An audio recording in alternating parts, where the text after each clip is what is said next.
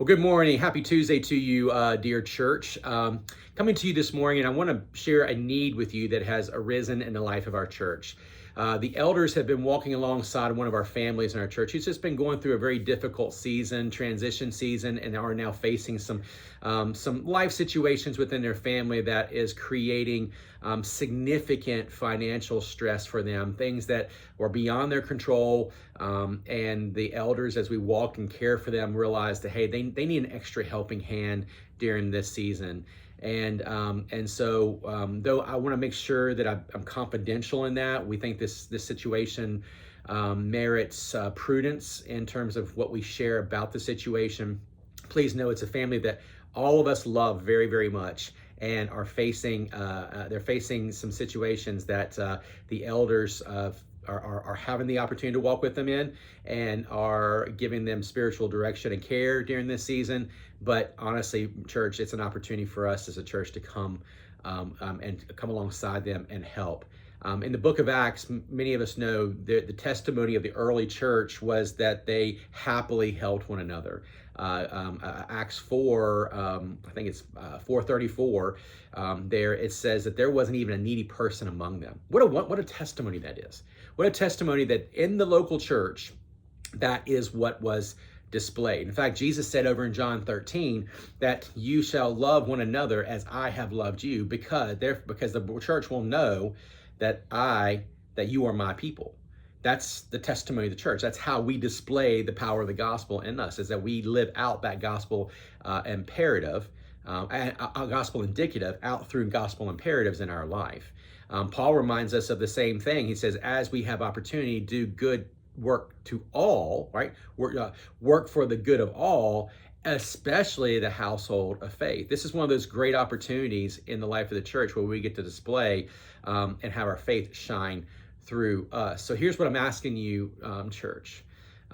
We're setting up a benevolence fund for this particular family, and we're asking the church, if you have the ability and the desire and the willingness, of course, I hope you do, to give over and above your regular pattern of giving. We're asking you to give generously and sacrificially to this particular situation. This will help them offset some significant financial things that they're facing. Again, not with trying to be careful with what I share there. I just want to encourage you and invite you to come alongside us and help care for this family in a powerful way. And so if God moves your heart to participate in this, you can give through your normal means of giving. So if you give online, you can go to Tithely, you can go to the little box, you can do the drop-down box. It says benevolence, and it will be designated for this purpose. If you give through a check, you can put it in your memo line, benevolence love offering for November. If you give in cash, just put it in an envelope and just mark it benevolence love offering.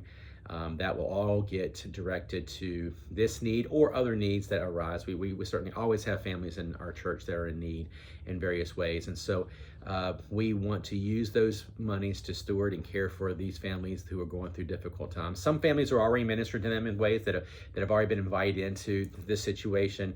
But we just want to say, as a church, we want to take every opportunity to bring these needs before you, and let's join together and display the love of Christ through us towards one another where we have opportunity. Thank you for being the people of God.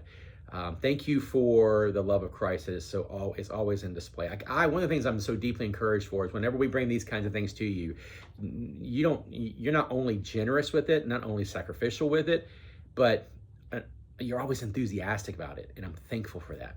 So if you are able to do so over the next couple of weeks, we're going to kind of keep this window open for the next couple of weeks.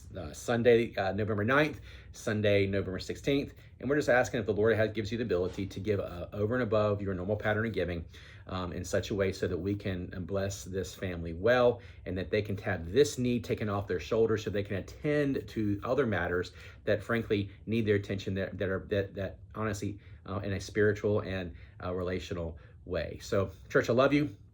Thankful for you, and we're just going to trust and see what the Lord does with this over the next couple weeks.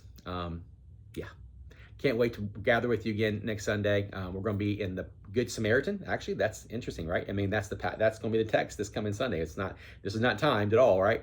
And the question isn't who's my neighbor, but what kind of neighbor am I called to be? And this is just one of those wonderful opportunities where we can say, what kind of neighbor am I called to be? And ultimately, it points to the fact that God, through his son Jesus, came to a people who didn't deserve it, and he became a neighbor to us and showed us grace, and we are now redeemed. And what a wonderful, wonderful picture of the gospel when we do and participate in these kinds of things. All right, church. I've had enough time this morning just thinking through this and it's getting me excited, and I'm trusting the Lord to see what he wants to do with this. All right, we'll see you Sunday.